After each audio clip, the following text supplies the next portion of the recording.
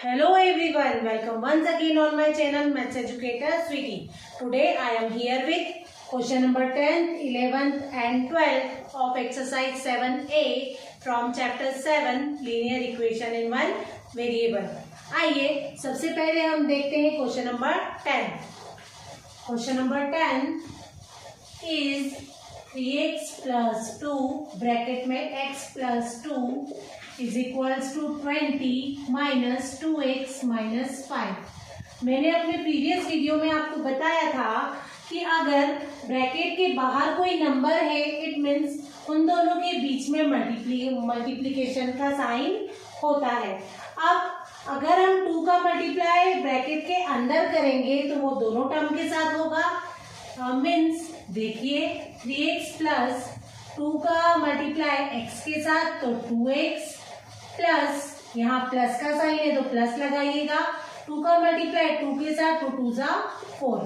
अब हम RHS में चलते हैं 20. अब ब्रैकेट के बाहर साइन है माइनस का, हम ब्रैकेट ओपन करेंगे माइनस साइन अंदर जाएगा तो वो दोनों टर्म के साइन चेंज कर देगा. इट मीन्स यहाँ पर प्लस है तो माइनस प्लस माइनस हो जाएगा और यहाँ पर माइनस है तो ब्रैकेट ओपन होने के बाद जब माइनस अंदर जाएगा तो माइनस माइनस प्लस हो जाएगा तो माइनस माइनस प्लस 5. अब देखिए यहाँ पर वेरिएबल वाली दो टर्म है, एक के साथ ना कांस्टेंट है 3 और दूसरे के साथ कांस्टेंट है 2 तो 3 प्लस 2 हो जाएगा 5x plus 4 is equals to. अब यहाँ पर कांस्टेंट की दो टर्म्स हैं तो 20 प्लस 5 हो गया 25 माइनस 2x. अब हमने प्रीवियस वीडियो में यह भी देखा था कि जो वेरिएबल वाली टर्म है उसको हम RHS से LHS में शिफ्ट करेंगे तो उसका माइनस है तो प्लस हो जाएगा और जो कांस्टेंट वाली टर्म है उसको हम LHS से RHS में शिफ्ट करेंगे तो जो साइन प्लस का है वो माइनस का हो जाएगा. अब देखिए 5x as it is minus 2x को हम इधर शिफ्ट करेंगे तो प्लस 2x हो जाएगा. प्लस 4 को हम LHS से RHS में शिफ्ट करेंगे तो माइनस 4 हो जाएगा. 5x प्लस 2x हो गया 7x. 25 माइनस 4 हो गया 21. 7 और x मल्टीप्लाई में था, 7 को हमने वहां शिफ्ट किया तो 7 वहां जाकर हो गया डिवाइड में. 7 1 जा 7, 7 3 जा 21. x is equals to 3. अब हमारे पास वेरिएबल की वैल्यू आ गई है 3. अब जो वेरिएबल की वैल्यू आई है 3 उसे हम क्वेश्चन में पुट करके देखेंगे कि क्या हमारी LHS और RHS इक्वल है या नहीं. यदि LHS और RHS इक्वल नहीं आती है इट मीन्स हमारी जो वेरिएबल की वैल्यू है वो रॉन्ग है और अगर LHS और RHS इक्वल आ जाती है इट मीन्स हमारी जो x की वैल्यू है वो करेक्ट है. तो देखिए हमारे पास क्वेश्चन है 3x प्लस 2 ब्रैकेट में x plus 2 is equals to 20 minus bracket में 2x माइनस 5. अब हम x की वैल्यू पुट करेंगे 3 मल्टीप्लाई x की प्लेस पे आ जाएगा 3 प्लस 2 ब्रैकेट में x की प्लेस पे आ जाएगा 3 plus 2 is equals to 20 minus bracket में 2 मल्टीप्लाई x की प्लेस पे आ गया 3 माइनस 5 ब्रैकेट क्लोज. 3 3 जा 9 प्लस 2 ब्रैकेट और 2 के बीच में मल्टीप्लीकेशन का साइन है 3 प्लस 2 हो गया 5 इज इक्वल्स टू 20 माइनस 2 3 जा 6 माइनस 5.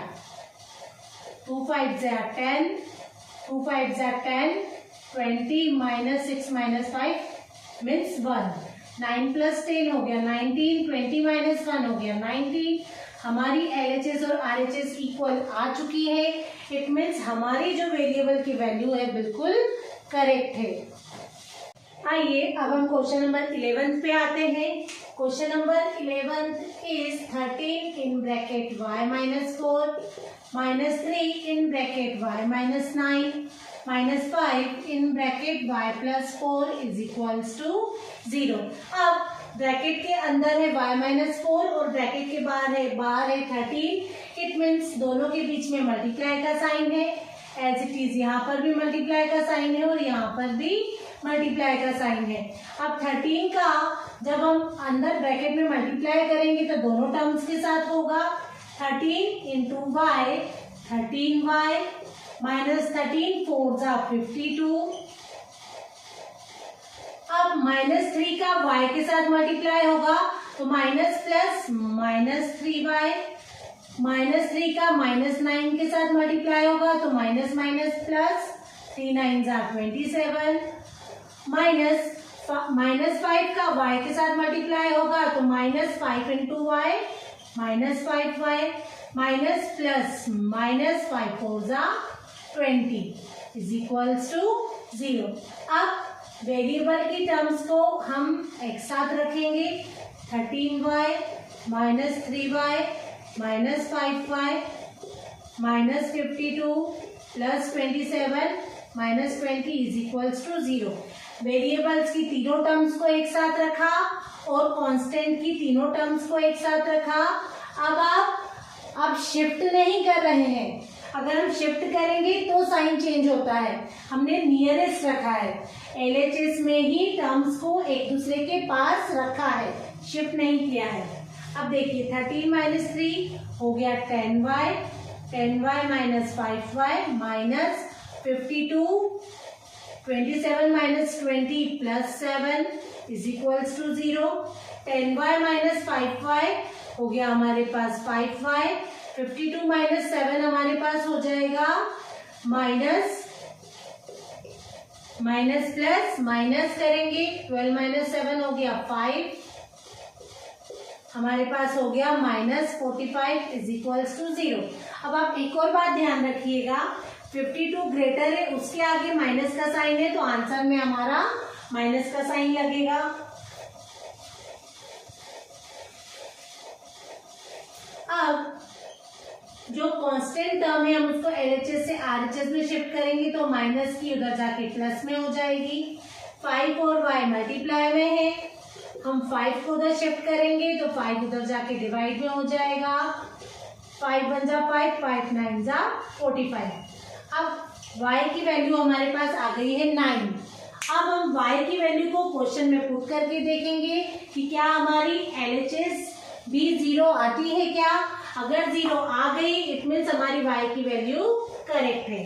अब हमारा क्वेश्चन है 13 y minus 4 minus 3 y minus 9 minus 5 y plus 4 is equals to 0। अब देखिए 13 y की वैल्यू है 9, यहाँ पर भी y की वैल्यू हम 9 पुट करेंगे, यहाँ पर भी y की वैल्यू हम 9 पुट करेंगे। 9 माइनस 4 हो गया हमारे पास 5, 9 माइनस 9 हो गया 0 माइनस 5, 9 प्लस 4 हो गया हमारे पास 13 इज इक्वल्स टू 0। 13 5 जा 65, 3 मल्टीप्लाई 0 मीन्स 0 माइनस 13 5 जा 65, 65 माइनस 65 0, 0 माइनस 0 हो गया 0। हमारी LHS एंड RHS इक्वल आ चुकी है, इट मीन्स हमारी जो y की वैल्यू थी बिल्कुल करेक्ट थी। अब आइए हम क्वेश्चन नंबर 12 पर चलते हैं।